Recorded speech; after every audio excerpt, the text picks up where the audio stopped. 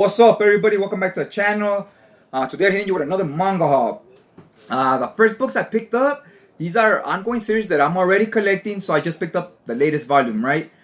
And then the rest of these books are a lot of volume ones, a lot of new series that I'm dipping my toe into, stuff I have not read before. They're kind of like blind buys, but not completely because these are manga tuber recommendations. So y'all manga tubers made me buy these. So I've seen people recommending books, people giving reviews based on if I like what they had to say on it, if they sold me on it. I said, you know what? I'm gonna go ahead and give these a shot. So these are the ones that intrigued me, I was sold on. I said, let's check them out. So after I read them, depending on if I like them or not, I'm either gonna thank y'all or I'm gonna blame you guys, and that's because it's obviously your fault, right? They forced me to buy them, right? Who else would I blame? I'm not gonna blame myself. First book is Fist of the North Star, Volume 5 by Tatsuhara and Bronson. Now this story, a lot of people say it influenced JoJo's Bizarre Adventures and it influenced Berserk. I definitely, in Volume 1, I read Volume 1, definitely see the resemblance where Berserk got a lot of its ideas with our main character Ryuken, and the villain reminded me a lot of Griffith, and Ryuken was somewhat like Berserk, but he wasn't as much of like an asshole as Berserk as Guts is, the main character in Berserk. But the characters definitely reminded me of those characters. And it's just as gruesome and brutal. But in Berserk, there's a lot of weapon wielding and so forth. Here, it's a lot of martial arts. It also reminded me a lot of, like the Street Fighter video games. You have Ryu from Japan going all over the world, bumping into other wrestlers, other fighters, right? Like, he fights Sagat from Thailand and whatnot. And when they fight each other, they have different techniques and different fighting styles. This is what this book's about. A lot of big guys bumping into other big guys in different parts of the world. And they have showdowns basically, right? And it's a post-apocalyptic future where the nuclear bomb landed and the world went to shit.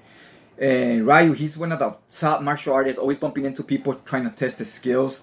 And luckily, he's a top dog, but luckily he's a good guy, like at heart. He doesn't abuse of this. He actually uses this self-defense techniques to actually help people out all the time that are being abused of or mistreated by others. They can't defend themselves. He actually helps them and jumps in and fights their battles for them a lot. So he's a good guy so far from what I've read.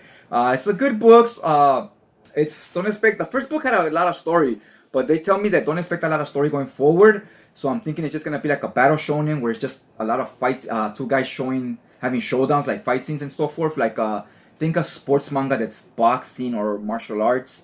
That's kind of what I get from it. Have not read volume 2 or the rest yet. We'll get to them eventually. One thing I noticed is this last 2 volumes I got, looking at the beginning pages, they're black and white.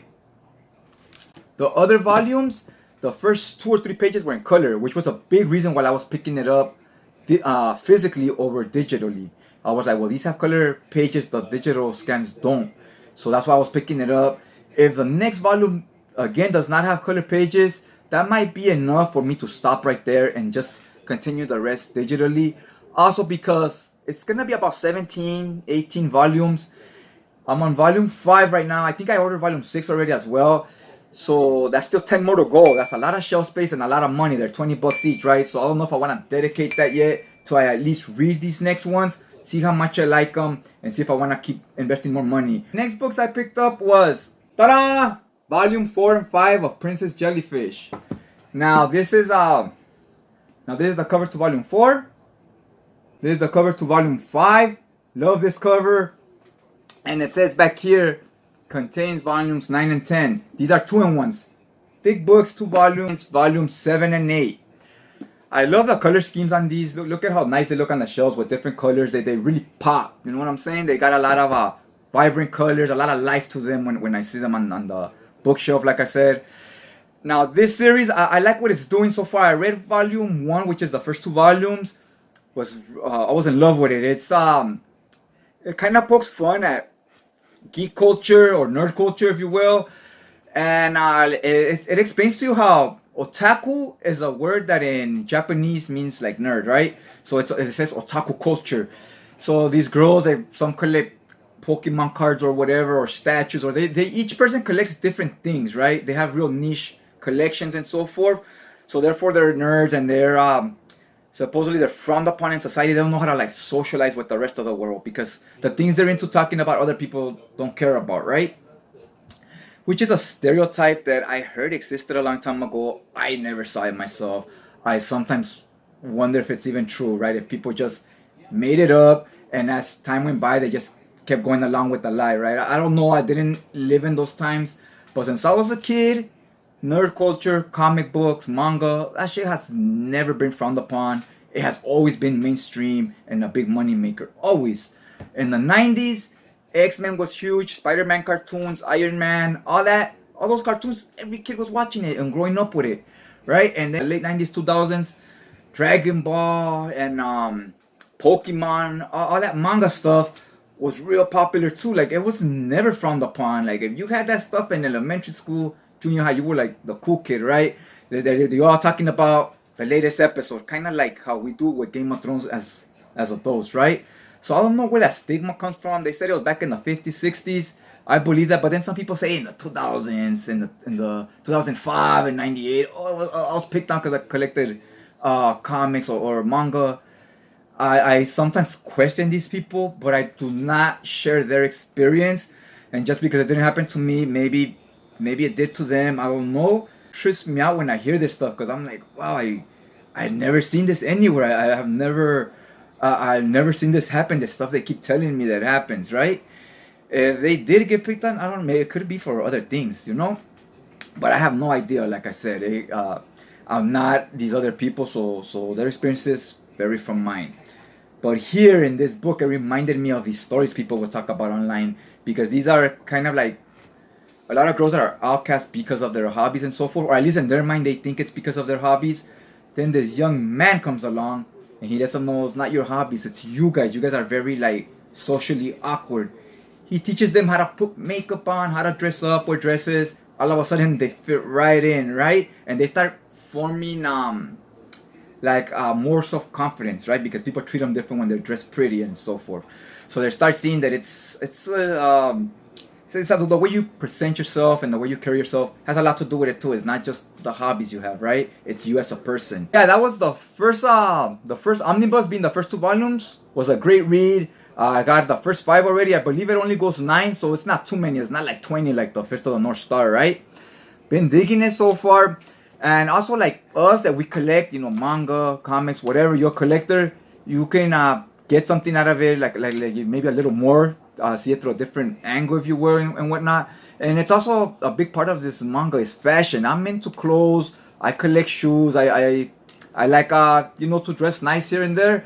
So you can also like it if you like fashion, you might get something out of it as well, because know that fashion, it's a way of expressing yourself, right? It says a lot about you, though. The way you carry yourself is just as important as the way you dress. So yeah, enough about that series. Now we're gonna get into some of the series that are gonna be series I have not read yet, some volume 1s and whatnot, right? These are mangatubers recommendations. Next book is this one, the Geek X Hitman. Cool cover right there. The mangaka here is Kodai, it says. So this one piqued my interest based on the synopsis. It said there's an ex-hitman. They retired from the game, right? He was one of the top guys in Italy. And Italy, that looks like, that looks like a real nice place to visit one of these days. I've always been intrigued with it and so forth. It's the one where all the waters, where the streets are water and so forth, right? That always seemed interesting to me, right? So anyways, he retires from the game. And he was known for always getting the job done without leaving a mess, without leaving a fuss, just silently like a hitman's supposed to do. And all these hitmen, they all know each other. They know who's mediocre, who's top dog. Like an athlete, like a basketball player. We all know who the top all-star guys are, and they know who the mediocre average guys are, and so forth. So once he retires, he finds this figurine. He finds it intriguing, like who built this and whatnot. And he gets all into collecting different things, into the hobbies of being an otaku. So his shady past comes back to haunt him. So, I guess he made enemies over the years, and they're coming after him, and he's trying to just, enjoy his new life. He's that old hitman, like, man, that shit got boring and played out. But yeah, these other guys, you know how they say, once you make these enemies and stuff, you don't decide when to quit. They kind of decide when they get over this shit, right? So it is what it is, and sounds like a lot of fun. I think it's supposed to be kind of comedic and action. So yeah, I can't wait to read this one. Let's check out one of these pages. check out some of the art. I literally just opened this box that I just got it in, so I haven't even flipped through these books or anything right until I'm doing that pretty much live right now with you guys. There's some of the art right there. This is from Yen Press. So yeah, this one I'm stoked to check out, man. It sounds fun. It's volume 1. I've been having that on my radar since last month. It came out like 4 weeks ago or 3 weeks ago. But I just hadn't ordered it because I wanted to add more stuff so I could get free shipping, and I ended up ordering quite a bit of stuff actually. So yeah, let's check out the other books. Shout out to East Coast Manga. These next books I got based on his recommendations on his last video. Seemed very interesting to me. I was kind of already thinking about checking out at least the first volume because the covers had grabbed me already. Then I seen them talk about them a little bit and I was like, yup, I'm sold now. I'm gonna pick them up for sure. That series being The Witch and the Beast. That's volume 1. Volume 2. Look at that. Volume 3. This one has a Sherlock Holmes feel to me for some reason. So anyways, this series is about this girl that they say she has crazy silver eyes, I believe, and fangs. So she's considered a beast. And then this guy that's he walks around with this crazy coffin on his back all the time. So they say they make quite an interesting pair, right? So now they're in this new town, and in this town there's this witch. And the witch, everybody thinks she's so good and she's like the hero of the town and so forth. But these two new characters that just came into town, they know otherwise, right? Like, they don't think she's a hero. Have a bone to pick with her. That's all I know about the story as far as where the synopsis is at. So yeah, this series looks real interesting. This is by Kodansha Comics. These are the two main characters right there. I like the feel of this. It's not bad. It took me a minute to get used to it. It's like a matte finish. It's not glossy like a lot of other manga. So yeah, that's the cover. It's pretty sick. Let's go ahead and check one of the pages. One of the pages just to see some of the art. That's the art.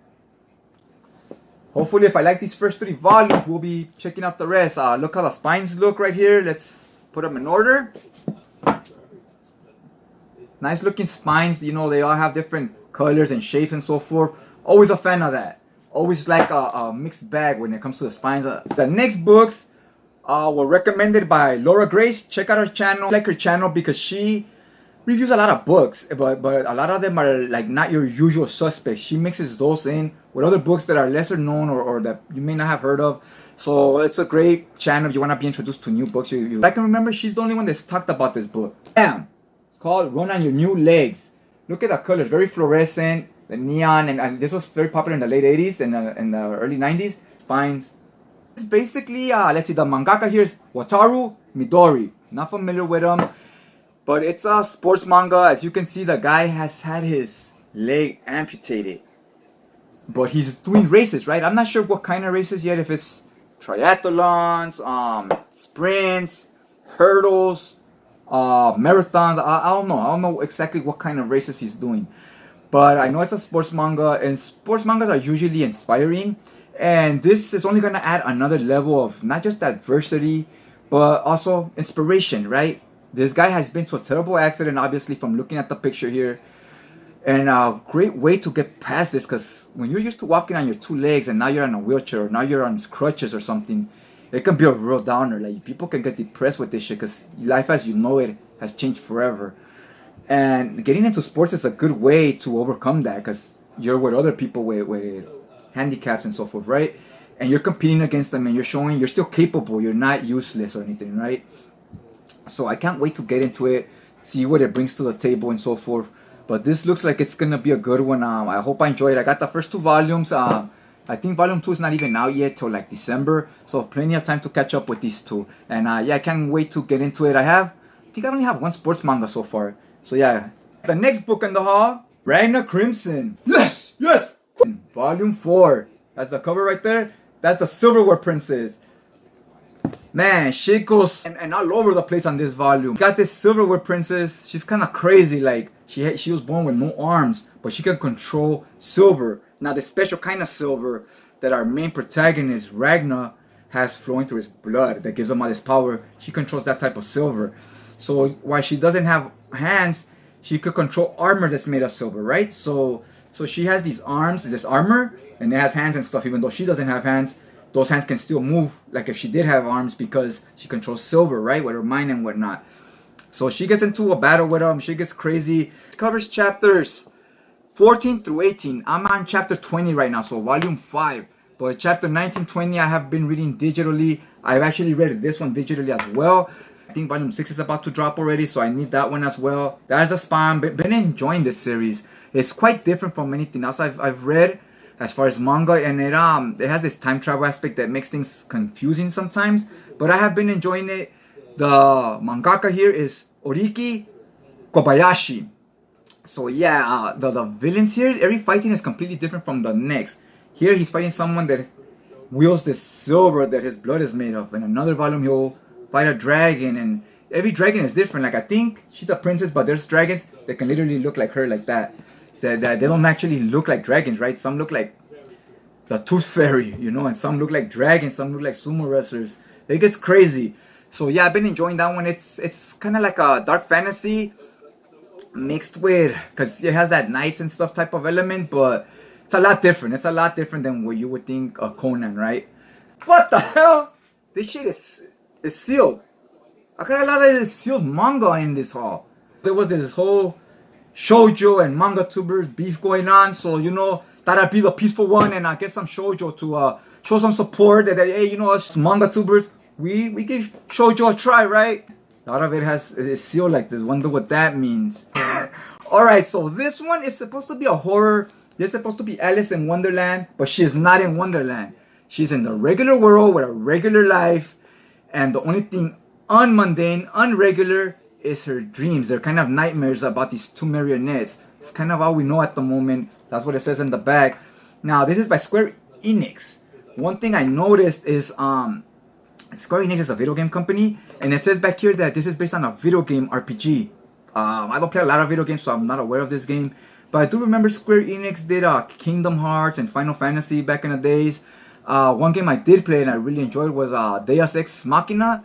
I believe that was Square Enix as well. I'm not 100% sure. It's a solid game. This will probably be one of my earlier reads, so it's kind of like a horror vibe to it. This book is also a manga-tuber recommendation. This was recommended on a video by Princess Paperback. Now, she also recommended Princess Jellyfish, which I picked up and I really was liking it. That's why I bought the rest of the volumes. Now, hopefully I like this one just as much and I pursue the rest of the volumes as well. Right now, they just released volume 1, so we only have one out so far. And this book is called I'll Never Be Your Crown Princess. What? You gotta marry me now, girl. Alright, so anyways, this book, I like the cover on it. Looks very the shoujo, they always have these crazy colors. I always enjoy them. They look very majestic and so forth. And this book itself, it's basically about this girl that she's kind of being forced to marry the prince, right? Because she's a virgin and they want him to be with someone, I guess, that's like hasn't been defiled or whatever. So she doesn't want to. It's a stranger, she's never met him. And she's like, well, if I'm not a virgin, I don't have to be married to him. So she's trying to find a way to weasel out of that, right? She's going to go to this party and maybe hook up with someone so that she could be off the hook, right? And that's where the story will get interesting, and that's where it starts. I don't want to spoil the rest of it. So yeah, I can't wait to read this one as well. This next series, I've been seeing it in quite a few videos. But it's quite a few of them, so I can't remember. Maybe by a few, I mean maybe 3 or 4 channels. I can't remember any of the specific names also, my bad about that one. I didn't go back to kind of research them and so forth. But this series is, damn, another rap series. You know what it makes me feel like when I look at these? It makes me feel like I'm in a liquor store picking up a porn magazine that's all wrapped up and so forth, right? like I'm doing something bad here buying this. Alright, so anyways, this series is called Yakuza Lover. This is volume 1, volume 2, volume 3. Wow, that one looks real spicy. Volume 4, volume 5. I believe volume 6 is gonna drop in 2 weeks or so forth. Not gonna order it quite yet till I have enough stuff on my cart. Basic synopsis, what I know about this is it's about a girl that's like at a party. She's being harassed by these guys and whatnot, and this guy goes up to them, kind of tells them to back off, right? So he kind of saves her or whatnot, and she's appreciative of him. She finds out he's a yakuza, so she's kind of like attracted to him, but she doesn't want that baggage that comes with dating someone that's like a gang member, right? It's gonna bring problems. Bumps into him again later, and she's like, you know, maybe this is an omen, like we're meant to be or I'm meant to get to know him and give him a shot, right? So she's more intrigued by him now. They start dating and so forth. I guess, right? That's kind of what I'm getting from it. And one thing I was like, about was the cover. The cover on this one. Now this guy is a Yakuza and he looks too cute, right? Like he's too attractive. You gotta make him attractive, but give him some manliness. You know what I'm saying? He's like too handsome, but we'll see. We'll see. Here in the art back here, he looks a little better. Not so model looking. Cause over here, I was like, well, like that's just way too much. So, anyways, yeah, I can't wait to check this series out. See what the other hype is about. Next book I had on my radar for quite a while. And it just dropped like 2 weeks ago, so it's a very new release. It's called Wicked Trapper, Hunter of Heroes. That's the cover. Cover looks pretty trippy. You see this guy's face back here. He's the main character, and so is this girl. It's a demon girl. So the synopsis here, it says, Etchison finds himself siding with Sophilia, an alluring demon princess. Using the world's magic, he puts his game developer talents to use in her defense in this sadistic tale of brutal comeuppance. I don't think I said that word correctly, but that's what we're gonna go with. He creates games and puzzles and traps and stuff for people, but he gets sent to some type of hellish world, right? And he meets this demon who's, I guess, in some type of trial, and he's using these skills to back her play, help her out, and so forth, right? That's kind of what I get from it. I've not read it yet, but I've been really interested in this one since I read the synopsis and I saw the cover. So glad to finally have it. This is definitely gonna be up there in my to read pile. It's gonna be one of the earlier ones. Probably might be the first one I read right now. Last books of the haul. They had up to volume 4, I believe. I decided to just get the first 2, see if I like it or not. Looking at these covers, just by the artwork, I recognize this type of artwork anywhere. I recognize it all the time. This type of artwork is gonna be real ecchi, right? So I don't know if I haven't read any real ecchi stuff yet, so I have to first see if I like it before I buy any more volumes.